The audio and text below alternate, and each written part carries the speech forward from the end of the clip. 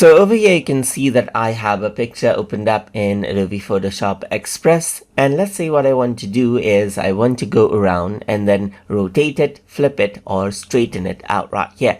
In that case, you can go around over here onto the crop section right here, and you can see that you have an option to rotate this out right here on the top. So you can go around and rotate it around to the left, as you can see, and it can rotate it 90 degrees to the left, as you can see right here, and do a full turn. You can similarly rotate it to the right, as you can see right here, just like this as well. Apart from that, you can see that there's flip horizontal and flip vertical right here.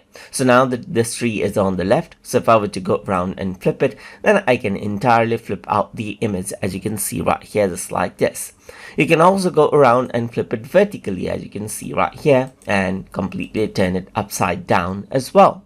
Apart from that, there is the straighten option, as you can see right here. So you can go around and then click and drag these out right here, just like this. And if your image is tilted, you can simply go around and utilize the straighten effect to go around and apply this out right here, just like this, as you can see right here.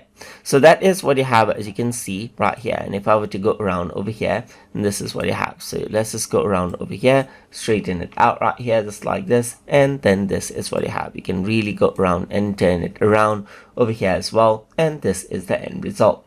So that is how you can go ahead and rotate, flip, and straighten out images inside of Adobe Photoshop Express.